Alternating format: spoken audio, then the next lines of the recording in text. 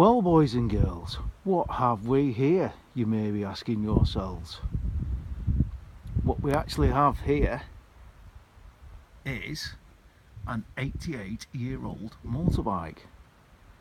To some people this would be a rusty old wreck. To others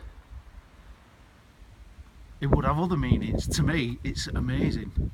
I've had it about 4 days now. I got it on Friday, today's Wednesday. How many days is that? 5 days.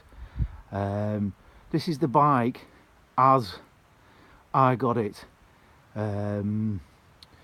It's all complete. The only sort of missing main item is the exhaust. It didn't have any exhaust pipes, but apart from that the entire bike is complete. There's no backlight either, and the backlight and the number plate assembly and all that, but seeing as how it's 1930 registered, AJS is a manufacturer, and the model is an R8, so it's a 1930 AJS R8 if you're interested in that kind of thing. When I got it, I got it from off a friend of mine. Turns out I've been pestering him for the last 8 years to sell it me, and finally he decided to sell it me. And I'd never seen the complete bike. I'd only seen bits of it that were piled underneath a load of junk in his back shed. The bike was bone dry when I got it. It was it'd been stood since 1972. The previous owner had bought it in 1972 and just added it to his collection, and as far as I'm aware done nothing with it. My mate bought it off him 8 years ago as part of a job lot of bikes. He was interested in some of the other bikes that were in the collection, and not particularly interested in this, but anyway, he bought the whole collection. And as soon as I saw this, I'm like, sell it me, sell it me, sell it me now. And he wanted to hold on, understandably so. Wasn't too keen on selling, didn't really know what he got, but knew it was something interesting and worthwhile, so he kept hold of it. And anyway, eventually, like I say, after 8 years of me pestering him, he decided to sell it me. So the bike, when I first pulled it out of his shed, it's covered in dust, cobwebs, general crud and muck and dirt and all the rest of it. But like I say, essentially it's a complete bike. It's there's very few, like I said, apart from the exhaust and the backlight number plate unit, everything's there.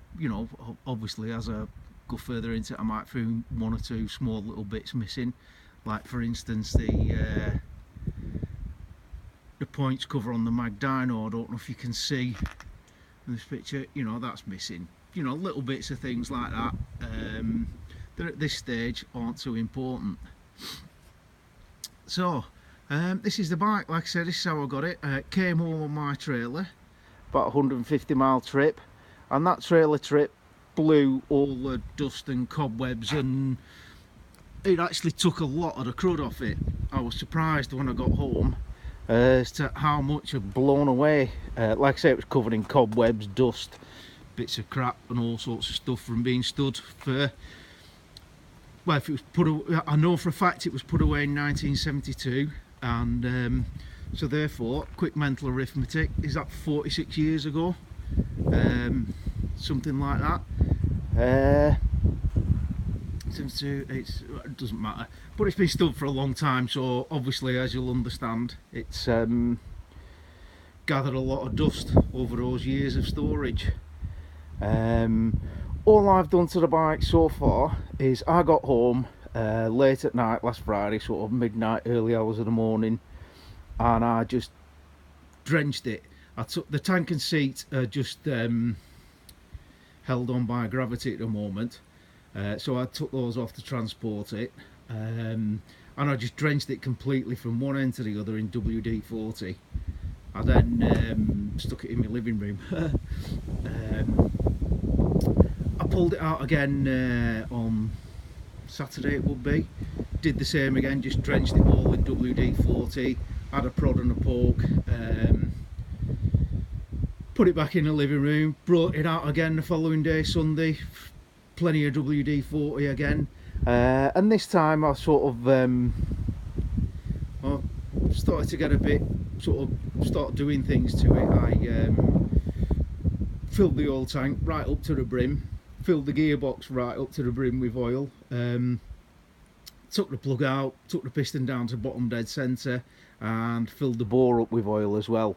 The oil I used was stuff I've got lying around. There was litre of straight 30s from the lawnmower went into the oil tank, and then that was topped up with 2050 oil that I used for me, you know, 1970s Norton Commando, by which time I'd used up all that, so it was a bit of 1040 oil from my modern Triumph that went into the plug to fill that up, and you know, so that, you know, just let it settle, let the oil, you know, let it come to life, because everything works, it kicks over and everything, but it felt kind of stiff and dry when I was kicking it over, which is why I decided to fill it full of oil, get as much oil as I can in it.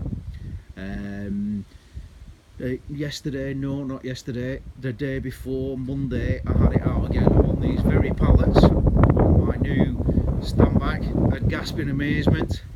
My new bike bench that I hastily constructed to get it out and bring the bike up to a reasonable level so you can look and see what I've got without scrabbling around on my hands and knees on the floor. The bike bench design is an open source design, so feel free to copy it if you're looking for a new bike bench. It's just 6 pallets basically, easy to make even for the likes of me. So right, I'm going to end this video now, and I'll come back to it in a little while and continue with from where I'm waffling now, aren't I? Right, okay, I'm going to end the video now, and we'll come back in a little while, and I'll talk some more about the bike and what little I've done to it so far. Okay.